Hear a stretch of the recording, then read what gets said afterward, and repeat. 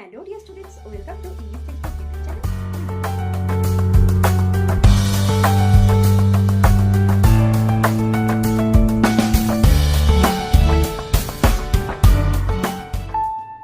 Hello dear students, welcome to English Textbook YouTube channel.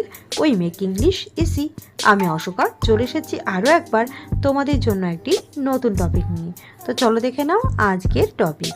তো আজকের ভিডিওতে আলোচনা করব বায়োগ্রাফি অফ অ্যানি বেসান্ত, অর্থাৎ অ্যানি বেসান্তের জীবনী সম্পর্কে আলোচনা করব আজকের ভিডিওতে। তো এখানে হিন্টস দেওয়া রয়েছে, আর এই হিন্টসটাকে ফলো করে তোমাদের কিন্তু এই বায়োগ্রাফিটা লিখতে হবে। তো দেখে নাও বায়োগ্রাফিটার হিন্টসটা কি রয়েছে। Born on 1 October in 1847 in London. দেখো এখানে 1847 সালে 1 অক্টোবর তিনি জন্মগ্রহণ করেছিলেন লন্ডনে। ফেমাস ব্রিটিশ রাইটার, একজন বিখ্যাত ব্রিটিশ লেখিকা ছিলেন। ওয়েল নন সোশ্যালিস্ট, একজন সুপরিচিত বা বিখ্যাত একজন Samajwadi. Activist for the rights of women, মহিলাদের অধিকারের জন্য তিনি একজন সক্রিয় নেত্রী ছিলেন। পার্টিসিপেটেড ইন ইন্ডিয়ান পলিটিক্স, তিনি ভারতীয় রাজনীতিতে অংশগ্রহণ করেছিলেন। Joined the Indian national Congress in 1917, 1917 সালে তিনি ভারতের জাতীয় কংগ্রেসে যোগদান করেন। Passed away on 20th of September in 1933 in Madras, London, India. তো তিনি দেখো 1933 সালে 20 সেপ্টেম্বর ভারতের মাদ্রাসে তিনি কিন্তু মারা যান। তো এই হচ্ছে হিন্টস, এটাকে ফলো করে আমরা বায়োগ্রাফিটা লিখব। তো চলো বায়োগ্রাফি লেখাটা স্টার্ট করছি। Let's get started. তো প্রথমে যেটা কাজ তোমাদের সেটা হচ্ছে কার সম্পর্কে তোমরা লিখছো, অ্যানি বেসান্ত। তো অ্যানি বেসান্তের নামটা তোমরা লিখে দিলে এবং তার নিচে আন্ডারলাইনটা কিন্তু করে দেবে। এবার দেখো ফার্স্টের লাইনটা কিভাবে শুরু করব। Annie Besant was a renowned British writer and freedom fighter. তো অ্যানি বেসান্ত ছিলেন একজন বিখ্যাত বা খ্যাতনামা একজন ব্রিটিশ লেখিকা এবং পাশাপাশি তিনি একজন স্বাধীনতা সংগ্রামী ছিলেন। She was also a socialist and an activist for women's rights. তিনি একজন সমাজতন্ত্রী এবং নারীর অধিকার আন্দোলনের একজন কর্মী ছিলেন। She was born on 1 October in 1847 in London. তিনি 1 অক্টোবর 1847 সালের লন্ডনে জন্মগ্রহণ করেছিলেন।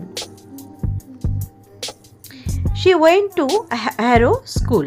তিনি হ্যারো স্কুলে পড়াশুনো করতেন। She was a learner of Birkbeck Institution and also London University.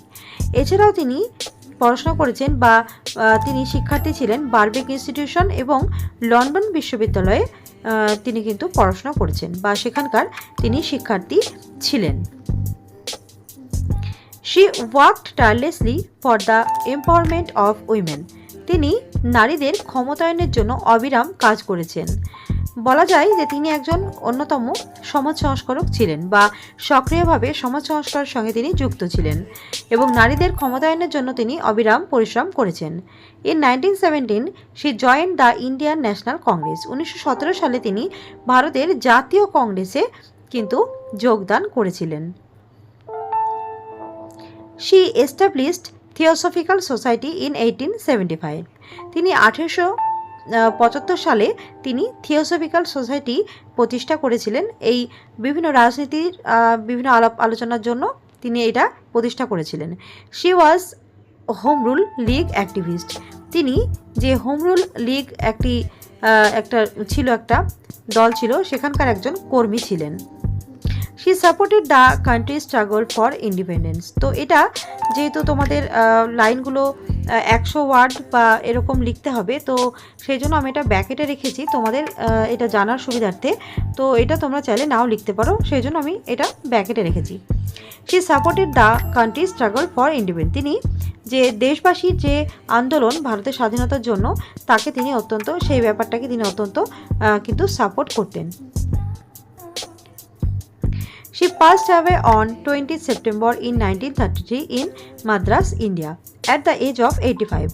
85 বছর বয়সে 1933 সালে 20 সেপ্টেম্বর তিনি ভারতের মাদ্রাসে তিনি মারা যান। She is remembered with great reverence worldwide. কিন্তু তা সত্ত্বেও পুরো বিশ্ব জুড়ে তাকে গভীর শ্রদ্ধার সঙ্গে কিন্তু স্মরণ করা হয়।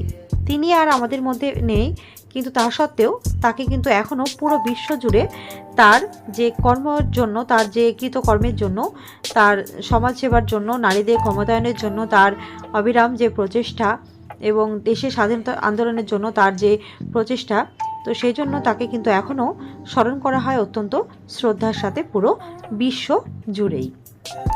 সো এই হচ্ছে বায়োগ্রাফি রাইটিং অ্যানিমেশন সম্পর্কে। যদি ভিডিওটি ভালো লাগে লাইক করবে, কমেন্ট করবে এবং অবশ্যই আমাদের চ্যানেল ইংলিশ টেক্সটবুক সাবস্ক্রাইব করে আমাদের পাশে থাকবে। দেখা হচ্ছে নতুন ভিডিওতে। Thanks for watching.